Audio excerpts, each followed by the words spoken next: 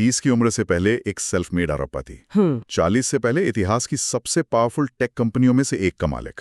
और 60 की उम्र तक दुनिया का सबसे बड़ा फिलैंथ्रोपिस्ट। बिल्कुल।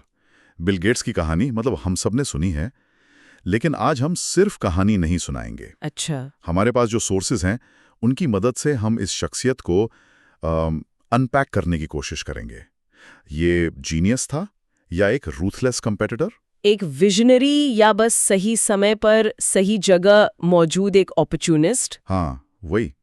चलिए इस शख्स के पीछे के ऑपरेटिंग सिस्टम को समझने की कोशिश करते हैं। ये एक बेहतरीन सवाल है क्योंकि बिल गेट्स की कहानी सिर्फ एक आदमी की कहानी नहीं है। ये मॉडर्न कैपिटलिज्म, टेक्नोलॉजी और एम्बिशन की कहानी है। सही बात है। और ये समझने के लिए कि वो इतने सफल क्यों हुए, हमें उनके शुरुआती दिनों में जाना होगा, जब वो सिर्फ एक जुनूनी बच्चा था जो एक मशीन से बात करना चाहता था। हाँ, उनका जन्म सियाटल में एक काफी वेल टू डू परिवार में हुआ था। पिता एक जाने माने वकील, माँ कॉर्पोरेट बोर्ड्स में। तो एक कॉम्पिटिटिव माहौल तो घर में ही था। बिल्कुल। लेकिन जो बात सबसे अलग थी वो थी उनकी इंफॉर्मेशन को एब्जॉर्ब करने की भूख। कहते हैं बचपन में वो वर्ल्ड बुक एनसाइक्लोपीडिया पूरी पढ़ गए थे। बिल्कुल। और ये सिर्फ रटना नहीं था, वो इंफॉर्मेशन को प्रोसेस करते थे, उसके पैटर्न समझते थे। लेकिन असली चिंगारी तो तब लगी 1968 में। हाँ, 1968 में, जब उनके स्कूल लेक साइड प्रेप में एक कंप्यूटर टर्मिनल आया। ये वो दौर था जब एक कंप्यूटर पूरे शहर में एक होता था और उसे चलाना मतलब रॉकेट साइंस जैसा था। पर 13 साल के बिल गेट्स के लिए वो एक खेल का मैदान था। और वो इस खेल में इतने डूब गए कि स्कूल, नींद, खाना पीना सब भूल गए। मुझे हमेशा ये बात हैरान करती है कि एक टीनेजर में इस लेवल का फोकस कहाँ से आता है। सही कह रहे हैं। वो अपने दोस्त पॉल एलन बिसाफ रात रात भर उस कंप्यूटर पर लगे रहते थे। कंपनी का कंप्यूटर टाइम चुराकर उसे हैक तक कर लेते थे। यही तो उनकी पर्सनालिटी का कोर है, ऑब्सेसिव फोकस। जब उन्हें कोई प्रॉब्लम दिखती है तो वो दुनिया की हर दूसरी चीज को भूल जाते हैं। अच्छा। उस वक्त प्रॉब्लम थी कंप्यूटर को समझना, उसकी लैंग्वेज सीखना।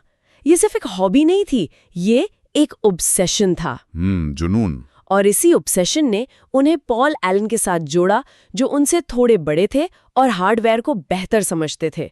ये एक परफेक्ट पार्टनरशिप थी। और इसी पार्टनरशिप ने 1975 में वो किया जो टेक हिस्ट्री के सबसे ऑडेशियस मूव्स में से एक माना जाता है। अल्टेयर 8800 वाली बात है ना? हाँ, उन्होंने पॉपुलर इलेक्ट्रॉनिक्स मैगजीन के कवर पर अल्टेयर 8800 कंप्यूटर देखा, जो दुनिया का पहला माइक्रो कंप्यूटर था। और उसके बनाने वालों को फोन करके कहा, हमारे पास आपके कंप्यूटर के लिए एक बेसिक इंटरप्रेटर है। और सबसे मजेदार बात क्या है, उस वक्त उनके पास कुछ भी नहीं था। नो कोड, नो सॉफ्टवेयर, कुछ भी नहीं। और तो और उनके पास टेस्ट करने के लिए अल्टेयर 8800 कंप्यूटर तक नहीं था। पॉल एलन ने हार्वर्ड के कंप्यूटर पर एक सिम्युलेटर बनाकर पूरा कोड लिखा। जिस दिन वो डेमो देने गए, वही पहली बार था जब उनका सॉफ्टवेयर असली हार्डवेयर पर चल रहा था। Imagine the pressure. अगर वो क्रैश हो जाता तो माइक्रोसॉफ्ट शायद कभी बनता ही नहीं। एग्जैक्टली। लेकिन वो चल गया और उस एक पल ने सब कुछ तय कर दिया। बिल गेट्स ने भविष्य देख लिया था। उन्हें समझ आ गया था कि ये हार्डवेयर तो बस शुरुआत है, असली खेल सॉफ्टवेयर का होने वाला है। उन्होंने हार्वर्ड यूनिवर्सिटी छोड़ने का फैसला किया। ये एक बहुत बड़ा गैम्बल था। उन्होंने अपने माता पिता को कहा था, मुझे पता है मैं क्या कर रहा हूँ। हाँ, ये कंप्यूटर रेवोल्यूशन की शुरुआत है और मैं इसका हिस्सा बनना चाहता हूँ। और इसी सोच के साथ माइक्रोसॉफ्ट का जन्म हुआ, जिसका मिशन स्टेटमेंट उस समय के हिसाब से मजाक लगता था। A computer on every desk and in every home. हाँ। उस समय ये स्टेटमेंट उतना ही रैडिकल था जितना आज ये कहना कि हर इंसान मंगल पर जाएगा। लेकिन गेट्स सिर्फ सपने नहीं देख रहे थे, वो स्ट्रैटेजी बना रहे थे। और उनकी सबसे बड़ी स्ट्रेटेजिक विन IBM के साथ हुई डील में आई। हाँ, ये कहानी कमाल की है। 1980 में IBM, जो उस समय टेक की दुनिया का गुलायत था, अपने पर्सनल कंप्यूटर के लिए एक ऑपरेटिंग सिस्टम ढूंढ रहा था। और वो माइक्रोसॉफ्ट के पास आए। हाँ, और माइक्रोसॉफ्ट के पास अपना OS था नहीं, तो उन्होंने पास की कंपनी से QDOS नाम का एक OS $50,000 में खरीद दिया। बस 50,000 में? उसे थोड़ा बदला और MS-DOS नाम से IBM को लाइसेंस कर दिया। यहीं पर उनका जीनियस सामने आता है। उन्होंने OS को IBM को बेचा नहीं, लाइसेंस किया। हाँ, लाइसेंस किया। और डील में क्लॉज रखवाया कि माइक्रोसॉफ्ट को ये ओएस दूसरे कंप्यूटर बनाने वालों को बेचने का अधिकार होगा। और IBM ने इस पर ध्यान नहीं दिया। उन्हें लगा कि असली पैसा तो हार्डवेयर से बनेगा, सॉफ्टवेयर तो बस एक जरूरत है। और ये IBM की तारीफ की सबसे बड़ी भूल साबित हुई। जैसे ही IBM PC सक्सेसफुल हुआ, दूसरी कंपनियों ने उसके क्लोन्स बनाने शुरू कर दिए। और उन सबको एक OS चाहिए था। और वो OS कौन बेच रहा था? माइक्रोसॉफ्ट। देखते देखते MS-DOS इंडस्ट्री का स्टैंडर्ड बन गया और माइक्रोसॉफ्ट ने सॉफ्टवेयर लाइसेंसिंग से बेतहाशा पैसा कमाया। ये लॉन्ग टर्म थिंकिंग का एक टेक्स्ट बुक एग्जाम्पल है। जहां IBM अगली तिमाही के बारे में सोच रहा था, वहीं गेट्स अगले दशक के बारे में सोच रहे थे। लेकिन वो MS-DOS से भी संतुष्ट नहीं थे। वो जानते थे कि ये कमांड लाइन इंटरफेस आम लोगों के लिए नहीं है। बहुत मुश्किल था इस्तेमाल करना। उन्हें कुछ ऐसा चाहिए था जो इंट्यूटिव हो, विजुअल हो। और यहीं से विंडोज का जन्म हुआ। 1985 में जब विंडोज 1.0 लॉन्च हुआ तो उसने कंप्यूटिंग को हमेशा के लिए बदल दिया। अब बस ये सोचिए, MS-DOS एक ऐसा प्लेन उड़ाने जैसा था जिसमें आपको सारे कमांड्स टाइप करने पड़ते थे। विंडोज ने आपको एक विजुअल कॉकपिट दे दिया। Icons, menu, mouse. हाँ, अचानक कंप्यूटर एक डरावनी मशीन नहीं रह गया। विंडोज एक क्रांति थी। उसने माइक्रोसॉफ्ट को एक अजेय साम्राज्य बना दिया और बिल गेट्स को दुनिया का सबसे अमीर इंसान। लेकिन इस सफलता के साथ एक खास वर्क कल्चर भी जुड़ा हुआ था, है ना? बिल्कुल। सब उनकी 16 घंटे काम करने की लेजेंडरी स्टोरीज की बात करते हैं, पर क्या ये डेडिकेशन थी या एक टॉक्सिक वर्क एनवायरनमेंट बनाने की निशानी? ये एक बहुत वैलिड सवाल है। सोर्सेज बताते हैं कि शुरुआती माइक्रोसॉफ्ट में काम करना बहुत इंटेंस होता था। गेट्स को कॉन्फ्रंटेशनल कहा जाता था। अच्छा। वो मीटिंग्स में चिल्लाते थे, इंजीनियरों के कोड को the stupidest piece of code ever written कहने के लिए मशहूर थे। मैंने ये भी सुना है कि वो कर्मचारियों की गाड़ियों के लाइसेंस प्लेट्स याद रखते थे ताकि पता रहे कौन कब आ जा रहा है। हाँ, ये उनकी क्वालिटी के प्रति ऑब्सेशन का एक पहलू था। वो मानते थे कि बेस्ट आइडियाज तभी निकलते हैं जब आप उन्हें चैलेंज करते हैं, उन पर दबाव डालते हैं। लेकिन इसका दूसरा पहलू ये था कि इससे बहुत हाई प्रेशर बर्नआउट वाला कल्चर बनता था। बिल्कुल, पर एक बात तय थी, माइक्रोसॉफ्ट में सिर्फ ए प्लेयर्स ही टिकते थे। उनका मानना था कि टैलेंटेड लोगों को चैलेंज पसंद होता है। और ये चैलेंज एवरीथिंग वाली मानसिकता सिर्फ कंपनी के अंदर नहीं थी। नहीं, बाहर भी थी। माइक्रोसॉफ्ट अपने कॉम्पिटिटर्स के प्रति भी उतना ही आक्रामक था और इसी वजह से वो 90s के दशक के अंत में अमेरिकी सरकार के निशाने पर आ गए। बिल्कुल, ये उनके करियर का सबसे मुश्किल दौर था। सरकार ने माइक्रोसॉफ्ट पर अपनी विंडोज मोनोपोली का गलत इस्तेमाल करके कंपेटिटर्स को बाजार से बाहर करने का आरोप लगाया। नेट्सकेप वाला मामला? हाँ, मामला नेट्सकेप ब्राउजर का था। माइक्रोसॉफ्ट ने अपने इंटरनेट एक्सप्लोरर को विंडोज के साथ फ्री में बंडल करना शुरू कर दिया, जिससे नेट्सकेप का बिजनेस रातों रात खत्म हो गया। ये एक लैंडमार्क एंटी ट्रस्ट केस था। पूरी दुनिया की नजरें इस पर थीं। बिल गेट्स को कोर्ट में गवाही देनी पड़ी और उनका व्यवहार काफी अड़ियल और डिफेंसिव माना गया, जिसने पब्लिक परसेप्शन को और खराब किया। ये उनके लिए एक बड़ा सबक था।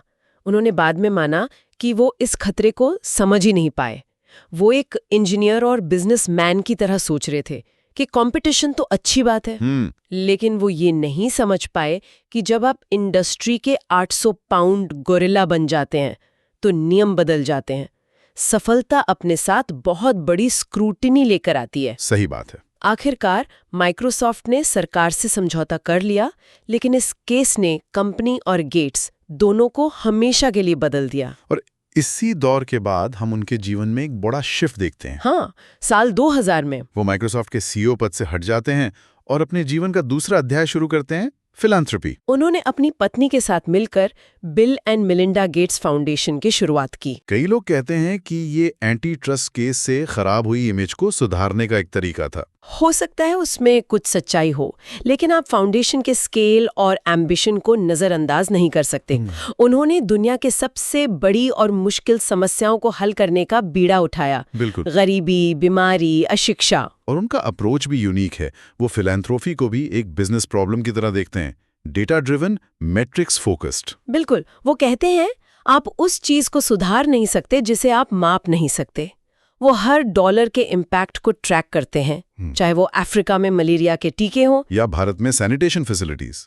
ये उनकी कोर पर्सनालिटी को दिखाता है।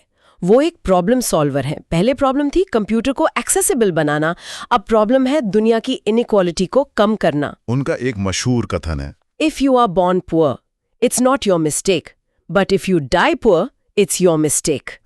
लोग इसे अक्सर इंडिविजुअल रिस्पॉन्सिबिलिटी के तौर पर देखते हैं, लेकिन उनके कॉन्टेक्स्ट में इसका मतलब है कि अगर आपके पास साधन है तो दुनिया की समस्याओं को हल करना आपकी जिम्मेदारी है। ये सब उनकी मानसिकता के बिना मुमकिन नहीं था। उनकी एक आदत है थिंक वीक्स की। हाँ, ये बहुत दिलचस्प है। साल में 2 बार वो एक हफ्ते के लिए एक कैबिन में अकेले चले जाते हैं। कोई फोन नहीं, कोई मीटिंग नहीं, सिर्फ किताबें, रिसर्च पेपर्स और सोचने का समय। और ये कोई वेकेशन नहीं होता, ये उनकी स्ट्रैटेजी का हिस्सा है। 1995 का मशहूर इंटरनेट टाइडल वेव मेमो इसी थिंक वीक का नतीजा था। अच्छा। उन्होंने महसूस किया कि माइक्रोसॉफ्ट इंटरनेट की दौड़ में बहुत पीछे रह गया है और अगर उन्होंने तुरंत कुछ नहीं किया तो वो इररेलेवेंट हो जाएंगे। उस एक मेमो ने पूरी कंपनी की दिशा बदल दी। कमाल है। ये उनकी ऑलवेज बी लर्निंग मेंटालिटी का सबसे बड़ा सबूत है। वो कभी भी ये नहीं मानते कि उन्हें सब कुछ पता है। तो अगर हम बिल गेट्स की कहानी से कुछ की लेसन्स निकालने की कोशिश करें तो पहला तो यही है कि जुनून और ऑब्सेशन में एक महीन रेखा होती है और कभी-कभी इतिहास बनाने के लिए आपको उस रेखा को पार करना पड़ता है। दूसरा सबक है लॉन्ग टर्म विजन का। वो हमेशा 10-20 साल आगे की सोचते थे जब बाकी लोग अगले क्वार्टर के रिजल्ट्स देख रहे होते थे। तीसरा, फेलियर से सीखना, चाहे वो शुरुआती बिजनेस की गलतियां हों या एंटी ट्रस्ट जैसा बड़ा पब्लिक फेलियर, उन्होंने हमेशा उससे सीखा और आगे बढ़े। उनका वो कोट भी तो है, success is a lousy teacher. It seduces smart people into thinking they can't lose. बिल्कुल। और शायद सबसे बड़ा सबक उनके जीवन के दूसरे हिस्से से आता है कि असली लेगेसी आप क्या बनाते हैं उसमें नहीं, बल्कि आप क्या देते हैं उसमें है। सही कहा आपने। उन्होंने अपनी बनाई हुई दौलत का इस्तेमाल दुनिया की उन समस्याओं को हल करने के लिए किया जिन्हें सरकारों ने भी नजरअंदाज कर दिया था। बिल्कुल। बिल गेट्स की कहानी सिर्फ टेक्नोलॉजी या पैसे की नहीं है। ये इस बात का प्रमाण है कि एक विचार दुनिया को बदल सकता है, कि जिज्ञासा और सीखने की भूख आपको किसी भी चैलेंज के लिए तैयार कर सकती है। और ये कि सफलता का अंतिम लक्ष्य सिर्फ जमा करना नहीं बल्कि योगदान देना है। हाँ, वो एक कॉम्प्लेक्स फिगर है, प्रेरणादायक भी और कंट्रोवर्शियल भी, लेकिन उन्हें अनदेखा करना नामुमकिन है। तो आखिर में ये सवाल हमारे सुनने वालों के लिए है जो इस पूरी चर्चा को सुन रहे हैं। आपके पास जो टैलेंट, जो स्किल्स हैं, आप उनका क्या कर रहे हैं? क्योंकि अगला बड़ा बदलाव शायद आपसे ही शुरू हो।